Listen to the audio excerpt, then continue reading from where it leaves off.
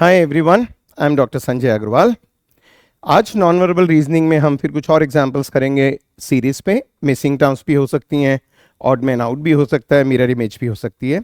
Already कई मेरे videos हैं आप लोगों ने जो देखे होंगे, और क्योंकि हमने एक इंटरेक्टिव टाइप का कॉन्सेप्ट शुरू कर रखा है कि कुछ प्रॉब्लम्स मैं सॉल्व करता हूँ और कुछ में मैं आपको टाइमर लगा के प्रॉब्लम देता हूँ and I ask you to solve those problems within the given time, तो उसमें भी काफ़ी स्टूडेंट्स के कमेंट्स आते हैं। I am quite happy with that. आप लोग इंटरेक्ट कीजिए, जितना ज़्यादा आप इंटरेक्ट करते हैं उतना टीचर मोटिवेटेड रहता है और उतना ही मैं आपको और ज़्यादा दे पाऊंगा। तो नॉन वर्बल रीजनिंग जैसे मैंने पहले भी एक्सप्लेन करा, इसमें हम डील करते हैं शेप से एंड फिगर से, और हमें आइडेंटिफाई करने होते हैं ट्रेंड्स, पैटर्न्स एंड रूल्स, जिससे हम मिसिंग टर्म को आइडेंटिफाई कर सकें या ऑड मैन आउट को आइडेंटिफाई कर सकें या एनालॉजीज को देख सकें। So all that comes under non verbal reasoning. Counting of figures भी नॉन वर्बल रीजनिंग में ही आता है। बहुत सारी चीज़ें आती हैं नॉन वर्बल रीजनिंग में, and that is a very important topic not only for your entrance examinations but also when you go for the jobs, वहाँ पे भी, बिकॉज ये बेसिकली आपकी विजुअलाइजेशन पावर को टेस्ट करता है कि आप कैसे अनफोर्सीन चीज़ों को प्रिडिक्ट कर पाते हो। Okay, so it's something very very important. आप में से ज़्यादातर लोग मेरे चैनल पे सब्सक्राइब्ड हैं, नहीं भी हैं तो करिएगा आप लोग, जिससे आपको अपडेशंस मिलते रहें। मोर ओवर, जितनी भी लर्निंग आज की डेट में है ना, वो कलेक्टिव लर्निंग होती है, लाइक कोलैबोरेटिव लर्निंग होती है। आप औरों से शेयर कीजिए अपनी लर्निंग, और लोग आपके साथ शेयर करते हैं। इसलिए कहते हैं ना कि कंपटीशन क्लियर करना हो तो सबसे अच्छी होती है ग्रुप लर्निंग। कभी भी सिकुलेट होके अकेले बैठ के आपको लर्निंग नहीं करनी है। Okay, do that in groups. अकेले तो आजकल खैर जितना सोशल मीडिया उसमें आप अकेले होते भी नहीं है, बट सोशल मीडिया का मतलब ये नहीं है कि आप हर तरीके की रील्स एंड वीडियोस देख रहे हैं। The time is very very crucial for you, so watch only those things which are really meaningful for you at this moment of time, like when you are about to appear in entrance examination, या आप अपने job के बारे में decide कर रहे हैं या उसके लिए ट्राई कर रहे हैं। ठीक है, so it'll be advisable if you subscribe, it'll be advisable, it'll be very good if you share these videos because knowledge should be spread. तो शुरुआत करते हैं अपने क्वेश्चन से। आज भी हमारी अप्रोच टाइम्ड रहेगी। I'll solve some of the examples in the most easy manner, जैसे मैंने अपनी और वीडियोस में आपको बता रखा है, तो प्लीज उन्हें भी देखिए यदि आपने नहीं देखा अभी तक, just to enhance your knowledge. Okay, which figure comes next in the sequence. सबसे बड़ी प्रॉब्लम क्या आती है कि स्टूडेंट्स सारी फिगर्स को एक साथ देखना चाहते हैं, जो मैंने अपने और लेक्चर्स में आपको मना करा है। नेवर एवर डू दैट, वो आपकी सिचुएशन को कॉम्प्लिकेट करेगा, और इसीलिए उसी अप्रोच की वजह से काफ़ी बारी स्टूडेंट्स को ये प्रॉब्लम्स मुश्किल लगती हैं, जबकि ये मुश्किल नहीं होती हैं। ओके, अब आप यहाँ पे देखना शुरू कीजिए। मिसिंग टर्म मुझे निकालनी है। हर स्क्वायर के अंदर 3-3 फिगर्स हैं। अब कुछ लोग कहेंगे इसमें 2 स्क्वायर्स हैं, इसमें 2 पेंटागन हैं। ओके, इसमें एक स्क्वायर, इसमें 2 ट्राइंगल्स हैं, एक पेंटागन है, 5 साइडेड फिगर। इसमें एक पेंटागन है, एक ये भी 1 2 3 4 5 पेंटागन है, ये भी पेंटागन है। ओके, 1 2 3 4 क्वाड्रिलेटरल है।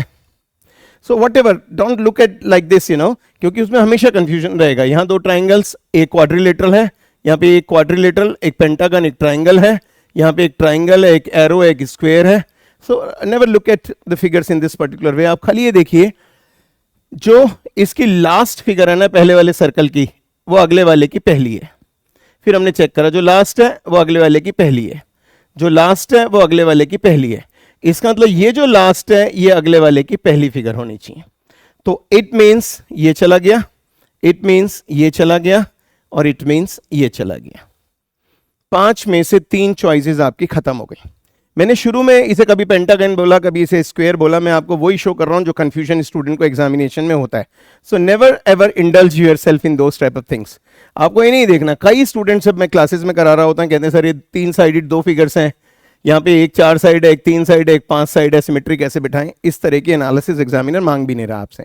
वो यही तो चेक करना चाहता है कि जो आउट ऑफ द बॉक्स चीजें हैं उन्हें आप कैसे आंसर करते हैं, जो बहुत ट्रेडिशनल चीजें नहीं है उन्हें कैसे आप आंसर करते हैं। That is what they are testing, और उसी में आपको अपनी एक्सपर्टीज शो करनी है। तो मैंने 5 चॉइसेस पे से 2 चॉइसेस पे तो मैं आ गया।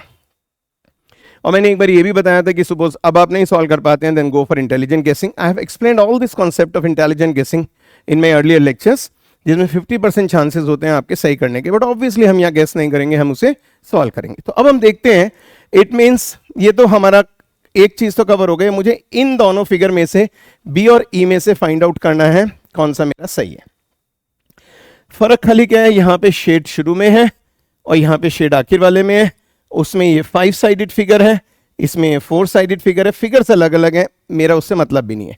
मैंने हर इस डायग्राम में देखा कि एक फिगर शेडेड है, अब मैं उसको रिलेट करने की कोशिश कर रहा हूं कि उसमें क्या है। देखो ये 3 साइडेड है, ये 3 साइडेड है, 4 साइडेड है, 4 साइडेड फिगर शेडेड है, 3 साइडेड, 3 साइडेड, 4 साइडेड। पहली वाली फिगर है 4 साइडेड, 5 साइडेड, 3 साइडेड। ये आपकी 3 साइडेड फिगर है, ये आपकी 4 साइडेड फिगर है। इसकी कितने साइड्स हैं? 1 2 3 4 5 6 7 साइड्स हैं इसकी। इसमें 4 साइड है। मेरे ख्याल से अब तक आपको आइडिया लग गया होगा। एग्जाम में हमें ऐसे लिख के नहीं करना है, वो तो मैं आपको एक्सप्लेन कर रहा हूं, that's why I am doing all this. इसमें कितनी साइड्स हैं? 1 2 3 4 5 6 साइड्स हैं। अब तक आपको हर हालत में आइडिया लग जाना चाहिए। ये 3 है, 1 2 3 4 5 6 7 8 हेक्सागन, 8 साइड है। इसमें कितनी है? 1 2 3 4 5 6 7 8 9 10 11 12। आप खुद देखिए ना, 1 2 3 4 5 6 7 8 9 10 11 12 12 साइड्स हैं। और अब हम बड़े आराम से रिलेट कर पा रहे हैं कि जो सबसे बड़ा नंबर वाली फिगर है ना, वो शेडेड है। जिसमें सबसे ज्यादा साइड्स हैं, दैट इज शेडेड फिगर। तो इसका मतलब मुझे ई और बी में से देखना है कि किस में सबसे ज्यादा साइड्स हैं। इसमें 5 है, 1 2 3, इसमें 4 है, और इसमें कितनी है? 1 2 3 4 5 6 7 8 है। और इधर देख लेते हैं सर, यहाँ 8 है, यहाँ 3 है, यहाँ 4 है। तो जो लॉजिक हमने ऊपर एस्टेब्लिश करा है, हमारी 8 वाली शेडेड होनी चाहिए, सो दिस इज शेडेड। इसमें इसने 4 वाली शेड कर दी, जो कि गलत है। So the correct answer has to be B choice. So such an interesting thing and such a easy thing. और ये आपको बहुत क्लियर कट एक विजन देता है, एक आउटलुक देता है कि चीज़ों को और कैसे देखा जा सकता है। मतलब ऐसा नहीं है कि हमेशा आपको ट्रेडिशनली एक चीज़ को देखना है। तो इसलिए what I always suggest to my students, strong strengthen your logic and your mathematics will be strong, your physics will be strong, your chemistry will be strong, everything will be strong if your reasoning power is strong. तो इसलिए सबसे ज़्यादा emphasis मैं अपने students को देता हूं कि वो reasoning simply doesn't mean quantitative aptitude or something like that. Reasoning means your thought process. It should work in a very good way so that you are able to defeat others. Competition is all about defeating others. Okay? चलिए next example करते हैं। सो I hope सबको clear हो गया होगा। B choice is the right choice. Time problem को जब हम सॉल्व करते हैं, जब इतना टाइम नहीं लगाना है, आपको एक्सप्लेन करना है, इसलिए इतना टाइम लगाना है जिससे आपको समझ आ सकें चीजें। और आपको ये भी डाउट क्लियर होना चाहिए कि हमने ये अप्रोच क्यों अडॉप्ट करी। खाली इस तरह से नहीं करना है कि मैं आंसर मार्क कर दूं और मैं आपको अपना लॉजिक बता दूं कि ये सही है। No, it should not be like that. I should tell you why I have opted for that particular logic. Then comes next question, fill in the missing gap in order to complete the sequence. This is another very good example. If you just look at it, I don't think it should be taking more than 10 seconds. देखना शुरू कीजिए। हर square के अंदर एक triangle है। ये triangle इधर है, ये ट्राइंगल इधर है। इसका मतलब यहां से यहां तक ट्राइंगल ने मूव करा है 90 डिग्री से क्लॉकवाइज डायरेक्शन में, घड़ी की डायरेक्शन में। तो यहां से यहां भी 90 डिग्री आना चाहिए क्लॉकवाइज, और यहां से यहां भी 90 डिग्री आना चाहिए क्लॉकवाइज। तो मूवमेंट क्लॉकवाइज हो रही है 90 डिग्री में। ये सबसे पहली मेरी ऑब्जर्वेशन है। This is my first observation. तो जब ये 90 डिग्री जाएगा तो पॉइंट नीचे की तरफ आ जाएगा। तो ये चला गया और ये चला गया। Now I have just to decide between A and C. I think it should not take more than 5 seconds. Okay, तो अब मुझे ये तो दिख गया कि ए और सी में से कोई आंसर होना चाहिए। अब मैं आता हूं सेकेंड कॉन्सेप्ट पे। इसमें जो अंदर 3 फिगर हैं ट्राइंगल के, उन तीनों के कलर अलग अलग हैं। ब्लैक है, वाइट है, ग्रेइश है।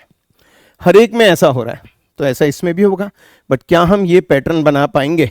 मुझे डिसाइड करना है सी और ए के बारे में। अब यहां पे यदि सिंपल वे में देखूं तो जो ऊपर वाली फिगर यहां ब्लैक है, यहां ग्रे है, इसमें ये ग्रे है, ब्लैक है। तो इधर वाली में क्या होनी चाहिए? दोनों सेम कलर की नहीं है। इट मीन्स यहां वाली भी 2 सेम कलर की नहीं होनी चाहिए और यहां वाली भी 2 सेम कलर की नहीं होनी चाहिए। इसका मतलब यहां जो ट्राइंगल मैंने बनाया है, जो इस तरीके का यहां पे ट्राइंगल बनेगा नीचे की तरफ, उसका जो यहां पे जो फिगर है ना, ये जो फिगर है, ये ना ग्रे होनी चाहिए ना ब्लैक होनी चाहिए। तो ब्लैक नहीं होनी चाहिए, ये गया। ग्रे नहीं है, व्हाइट है, ये रहा। सो ए इज माई आंसर। अब खुद देखिए कितने इजी ऑब्जर्वेशन से आप इन प्रॉब्लम्स को आंसर कर सकते हैं, जो ज्यादातर लोग जिससे घबराते हैं। और हर एग्जाम में आना है, जैसे मैंने कहा, ओके, चाहे जॉब से रिलेटेड एग्जाम हो, चाहे सिविल सर्विसेज हो, एसएससी हो, सीयूईटी हो, निमसेट हो, एमसीए एंट्रेंसेज हो, एमबीए एंट्रेंसेज हो, any type of entrance, okay, like bank examinations हो, कुछ भी हो, इस तरह की non verbal reasoning is considered very very important, okay.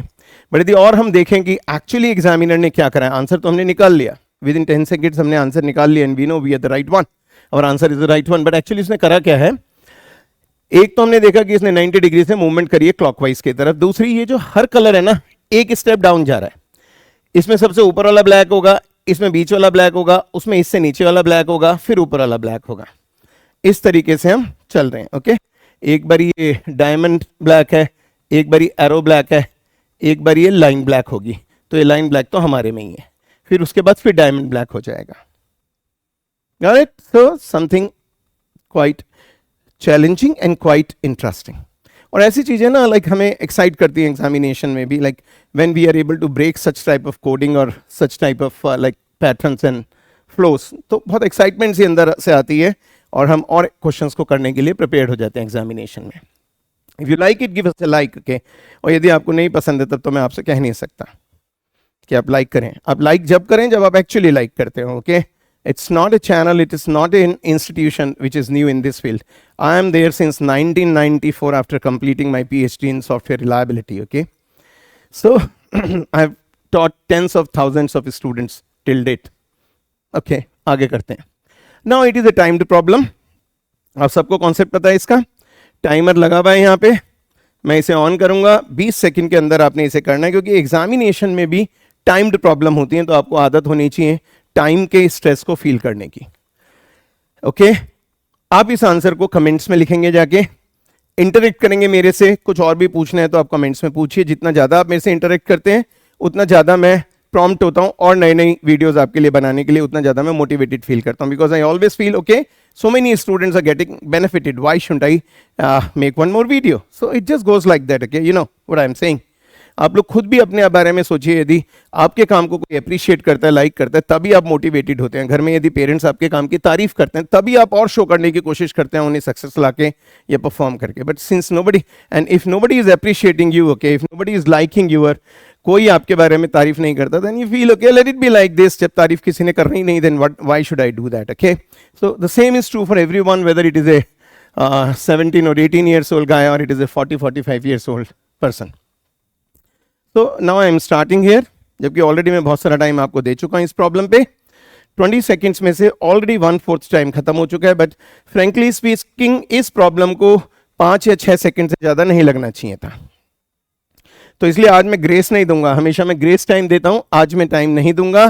That finishes 20 seconds. आप में से जो लोग उसे नहीं कर पाए थे वो उसे पॉज करके भी वीडियो को सॉल्व कर सकते हैं उस समय में, बट कोशिश कीजिए कि आप टाइम से ही करें। सपोज आप एक बार ही नहीं कर पाते हैं टाइम से, तो आप अगली बार दोबारा से वीडियो देखिए, फिर इसे टाइम में कीजिए। नॉर्मल एग्जामिनेशन में 40-45 सेकंड्स आपके पास होते हैं on an average her question के लिए, बट मैं यहाँ पे 20 सेकंड्स रखता हूँ बिकॉज मैं चाहता हूँ हाफ द टाइम में उसे करने की कोशिश करें। इस एग्जाम्पल को देखते हैं, which figure comes next in the sequence. Again complicated way में देखना है या इजी वे में देखना है, तो एट ए टाइम में एक एक सिंबल उठाऊंगा। सबसे पहले मैंने पिन उठाई है, तो मैंने देखा पिन मूव करी है, ऐसे मूव करी है pin 90 degree anti clockwise, 90 degree anti clockwise, घड़ी के अपोजिट। ये जो पिन थी ये 90 डिग्री एंटी क्लॉकवाइज मूव कर गई, पिन का रोल खत्म।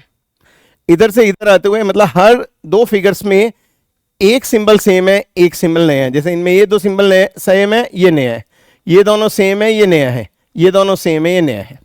अब जो ये सिंबल आया इसकी रोटेशन देखते हैं, ये भी 90 डिग्री मूव होके आया, 90 डिग्री एंटी क्लॉकवाइज, ओके। ये भी 90 डिग्री एंटी क्लॉकवाइज, ये भी 90 डिग्री एंटी क्लॉकवाइज, तो ये भी 90 डिग्री एंटी क्लॉकवाइज आना चाहिए। 90 डिग्री में एंटी क्लॉकवाइज आने का मतलब ना ये होगा ना ये होगा, इन दोनों में से कोई मेरा आंसर होना चाहिए। अब ये देखिए ना, ये इस तरह से जाएगा, एम ऐसे जाएगा, तो ये जो इसका पीछे का सॉलिड पोर्शन है ये इस तरफ हो जाएगा जैसे ये। वैसे तो इसमें जो प्रॉपरली उसने करा है, क्या करा एग्जामिनर ने, इसे 90 डिग्री एंटी क्लॉकवाइज मूव करके इसे उठा के यहां रख दिया है, बट मैं उसके बारे में फिक्र नहीं कर रहा बिकॉज मेरा क्वेश्चन उसके बिना भी सॉल्व हो रहा है, तो मैं क्यों एग्जाम में बहुत ज्यादा सोचूं, why should I do that, okay. अब मुझे खाली डिसाइड करना है कि सी और डी में से कौन सा मेरा आंसर होगा। ये वाला तो ऑलरेडी यूज्ड है, बट मैंने कहा कि हर स्टेज पे एक नई फिगर इंट्रोड्यूस हो रही है, तो ये तो मेरा आंसर हो नहीं सकता, so my answer has to be this. ठीक है ना। कोई भी सिंबल खाली दो डायग्राम्स में रहता है, यहाँ पिन थी, यहाँ दो में ई था, यहाँ दो में एरो थी, यहाँ दो में एस था, यहाँ दो में एम है, तो वापिस ये सिंबल यहाँ पे नहीं आ सकता, that is senseless. So my answer has to be C. और आप खुद देख सकते हैं कितना टाइम आपने लिया होगा एग्जामिनेशन में, hardly 5 to 8 seconds, and that is what I want my students to be able to do. मतलब मुझे हमेशा एक्साइटमेंट होती है जब मेरे स्टूडेंट मेरे से भी जल्दी इसे सॉल्व कर लेते हैं। लाइक मुझे जब एक्साइटमेंट नहीं होती कि मैं उन्हें हराऊं, मैं चाहता हूं वो मुझे हराएं, they should be faster than me, I am the teacher. वो मेरे से एक जनरेशन बाद के बच्चे हैं, वो मेरे से ज़्यादा फास्ट होने चाहिए। Okay, so that is what I always encourage my students to do, and I become very happy जब मेरा स्टूडेंट मेरे से कम टाइम में मेरी प्रॉब्लम्स को सॉल्व करता है। जैसे मैंने यूट्यूब के अपने वीडियोज़ में भी देखा, कुछ बच्चों ने बहुत अच्छे कमेंट्स करे हैं कुछ प्रॉब्लम्स पे। Okay, so they have suggested some better methods, some methods which are really good. Okay, and yes, तो मैंने उनकी तारीफ भी करी है कि yes they have done it in the right manner। तो आप लोग भी सजेस्ट कर सकते हैं और वो हैबिट डालिए, let it be interactive। अब आ जाते हैं इस प्रॉब्लम पे, which figure comes next in the sequence। फिर हम देखना शुरू करते हैं कि एक एक सिंबल एट ए टाइम उठाते हैं। देखो, पहले मैंने पिन उठाया, ये पिन है लेफ्ट टू राइट, ये पिन है लेफ्ट टू राइट। ओके, देखते रहिए, दोनों राइट की तरफ है, फिर ये दोनों लेफ्ट की तरफ है, दो में देखिए। इसका मतलब इसमें और इसमें पिन राइट की तरफ होनी चाहिए।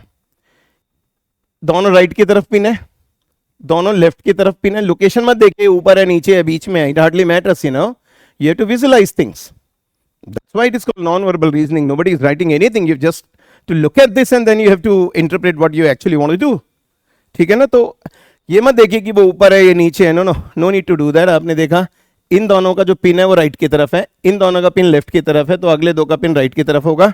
तो आपने देखा सब में राइट की तरफ है, एक के अलावा। तो ये चॉइस हमने हटा दी। एलिमिनेशन तो हुआ बट बहुत फायदेमंद नहीं हुआ। अब यदि मैं गेस करता हूं तो 25% चांसेस होते हैं एक के सही होने के, and 25% is not a good chance. तो यदि मुझे 4 में से गेस करना, आई वॉन्ट गो फॉर गेसिंग, क्योंकि नेगेटिव मार्किंग लग जाएगी, that will basically be a loss for me. Okay, तो हम देखते हैं क्या हम कोई और एलिमिनेशन कर सकते हैं। तो अब हम आ जाते हैं दूसरे सिंबल पे। एक सिंबल ने अपना काम कर दिया, अब हम एरोस की तरफ देखते हैं। ये दोनों एरोस अपोजिट डायरेक्शन में एक दूसरे के, ये दोनों एरोस टुवर्ड्स ईच अदर है, तो ये दोनों एरोस अपोजिट डायरेक्शन में होनी चाहिए। तो मैंने एक क्लास में ये भी बताया था कि जब हम इस तरह कंप्लीशन ऑफ सीरीज करते हैं या नॉन वर्बल करते हैं, तो इसका मतलब ये नहीं है कि सारों में सेम पैटर्न फॉलो हो रहा होगा, हो सकता है दो में पैटर्न चल रहा होगा, और वही तो आपको एनालाइज करना होता है। कुछ बच्चे क्या करते हैं, कुछ बुक्स में जैसे दे दिया जाता है, वो एक ही तरीके से सारी प्रॉब्लम्स को टैकल करना चाहते हैं। No, it can not be solve in that manner, इसलिए वो इतनी कॉम्प्लिकेटेड हो जाती है। आपको बस यूनिकनेस आइडेंटिफाई करनी है, चाहे वो 2 में मिले, चाहे वो 3 में मिले, चाहे वो सारी फिगर्स में मिले। अब हमने देखा एरो एक दूसरे के अपोजिट है, एरो एक दूसरे के टुवर्ड्स है, तो यहाँ पे एरो एक दूसरे के अपोजिट होनी चाहिए। इसका मतलब इस वाले की एरो मुझे इस तरफ चाहिए, तो ये तो है नहीं, ये भी है नहीं, और ये भी नहीं है। तो what is my answer? My answer is this. It was so obvious. अब अपने आप देखिए, अब अपने आप देखिए how easy is this, you know. जबकि 3 में से एक सिंबल तो मैंने चेक ही नहीं करा, इसे तो मैंने चेक ही नहीं करा। Why should I waste my time on that?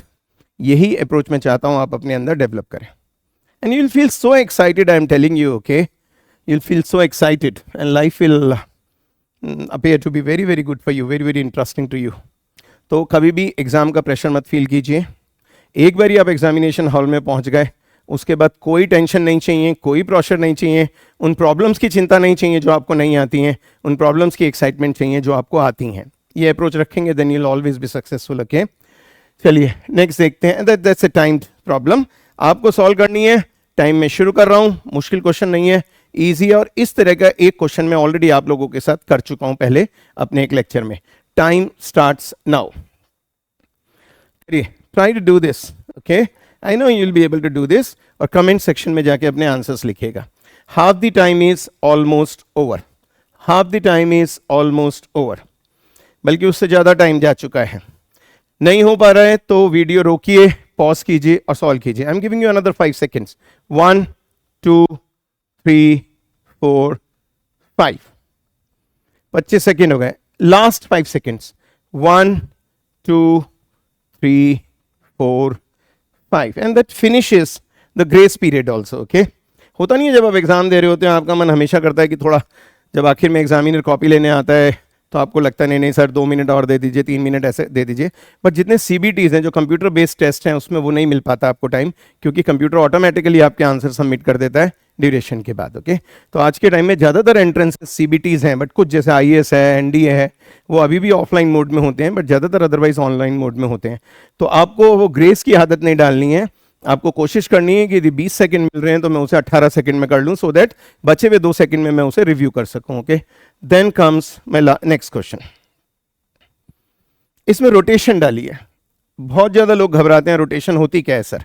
काफ़ी लोग तो उस क्वेश्चन को छोड़ ही देते हैं कि रोटेशन का मीनिंग क्या है। Rotation means either you are moving clockwise or you are moving anti clockwise.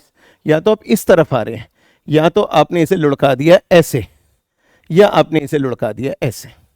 ठीक है ना। एक बार इसे देखते हैं, यदि हमने इसे ऐसे लुढ़काया तो ये वाला ऊपर आ जाएगा और ये वाला इधर चला जाएगा। ये ऐसे लुढ़का, ये फिगर्स भी अंदर मूव कर रही हैं।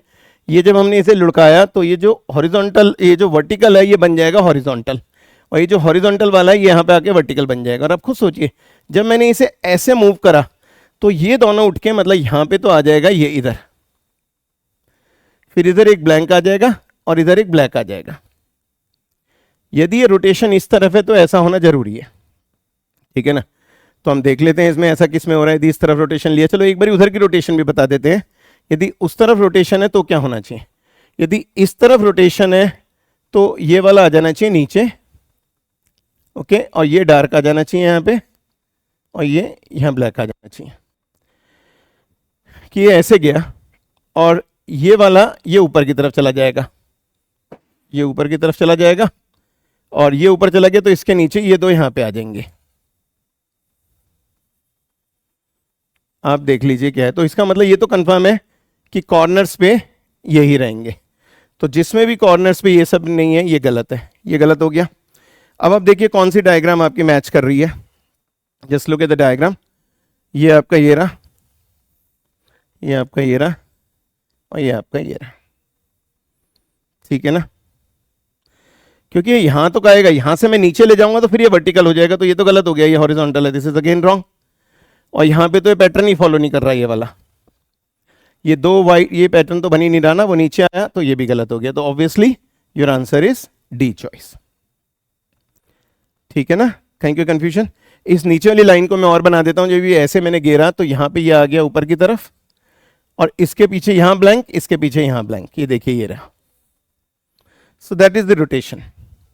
तो हमेशा ध्यान रखना चाहिए था आपको खाली इन दो एंट्रीज पे सबसे पहले, कि जब भी मैं इसे रोटेट करूंगा किसी भी डायरेक्शन पे तो जो कॉर्नर्स है उसमें तो ये आएंगी आएंगी, तो जिनमें कॉर्नर्स में ये नहीं आए मैंने पहले ही हटा दिया इसे। ठीक है ना। तो कॉर्नर्स में इसे आना ही आना है, और उसके अलावा बचे हुए दो कॉर्नर्स में एक ब्लैक और एक वाइट आना है, तो यहां दोनों वाइट आ रहे हैं, I am not happy with it, तो ये भी जाना है मेरा। Got it how we are doing it. ठीक है ना। तो उस हिसाब से बिल्कुल ध्यान रखिए। So obviously this is the answer. और इसमें भी हम और तरीके से भी देख सकते थे। देखो ये यदि वर्टिकल बन जाता तो भी एक ही आना चाहिए था, एक ही आना चाहिए था, यहां ये नहीं आ रहा। और हॉरिजॉन्टल के साथ भी आता तो ये ब्लैंक आ रहा है, जबकि ये इसके साथ ब्लैक आ रहा था। तो आप खाली एलिमिनेशन अप्रोच से इसे अटेम्प्ट कर सकते हैं। फिर भी यदि किसी को डाउट होगा you can write me that in the comment, but try to visualise it in a proper way. Okay, समझ आ गया। तो the last one is the rotation of the given figure. Let's see if we have more examples to do. So yeah, another example, it's a mirror image. Take 2 or 3 seconds and I hope you will be able to do this. Mirror image का मतलब है आपने यहां पे लगाया, तो mirror का मतलब है यही आपको इधर दिखाई देगा। ठीक है ना। और इसकी ओरिएंटेशन तो कहीं चेंज होगी नहीं। तो जैसे ये ऊपर है तो ये ऐसे ही आपको दिखाई देगा। जब आप मिरर इमेज दिखाई दे रहे हैं तो आपको ये वाला सर्कल इस तरफ दिखाई देगा, डायग्राम इधर आएगी, तो ये तो गलत है ही। और ये नीचे की तरफ थोड़ी ना झुक जाएगा, इधर तो गलत है ही। आपको खाली इस तरफ चाहिए, ये भी गलत है। Okay, are you getting what I am saying. और यही सही बचता है फिर, क्योंकि जो आइडियल लोकेशन है जब हम मिरर बनाएंगे ना तो मिरर इस तरीके से रिफ्लेक्ट करेगा। आप खुद सोचिए, तो ये बॉल मुझे लेफ्ट कॉर्नर में मिलेगी फिगर के। अब ये राइट कॉर्नर पे, ये नीचे की तरफ है, खट गया। अब इन दोनों में से किसकी दिक्कत होगी, कौन सा होगा। जब मैं मिरर इमेज दूंगा ये तो ब्लैक लाइन नीचे की तरफ आएगी, इसने ब्लैक लाइन ऊपर की तरफ दे दी, तो वही पॉसिबल नहीं है। So obviously it has to be like this. Clear है सब लोगों को? और एक और भी चीज़ देख सकते थे हम, ये ऐसे जा रहा है तो इसकी मिरर इमेज यहाँ से जब शुरू होगी तो ये नीचे की तरफ इंक्लाइन थोड़ी ना हो जाएगी। It is not at all possible कि नीचे की तरफ इंक्लाइंड होगी, बट इतना देखने की जरूरत नहीं थी। सबसे पहले अब देखते हैं, इसमें बॉल इधर है तो इसमें बॉल इधर होगी, ये दोनों हो सकते हैं, ये दोनों गलत, इन्हें हटाओ। ब्लैक लाइन यहाँ पे इस तरफ है, लेफ्ट की तरफ, मतलब जो इसमें लेफ्ट पे है वो इसमें राइट पे होगा, जो इसमें राइट में है वो इसमें लेफ्ट में होगा। ये लेफ्ट में है तो वो राइट में होगा नीचे की तरफ, तो ऊपर कैसे चला गया, ये गलत। ठीक है, तो या it's a very good example, और इसकी मैं स्टारिंग करूंगा तो it is a 3 star problem. It's a 3 star problem, so this problem is to be liked. इसका सॉल्यूशन तो जो होगा वो तो होगा ही, this problem is to be liked. It's a very good example, देखते हैं कैसे करेंगे। काफी सारे लोग एग्जाम में इसे देखते ही छोड़ देते हैं, और इस तरह के क्वेश्चंस आप एक्सपेक्ट कीजिएगा कि आपके एग्जाम्स में आएंगे। आई एम टेलिंग यू। अलग अलग टाइप की फिगर देखना हम शुरू करते हैं। ये सबसे पहले बीच वाला देखते हैं। देखिए ये इधर ऐसे है, ये ऐसे आ गया। सबसे पहले खाली इसको देखना शुरू कीजिए। Just look at this, just look at this. यहां से यहां तक एंटी क्लॉकवाइज में 90 डिग्री, यहां से यहां तक एंटी क्लॉकवाइज में 180 डिग्री,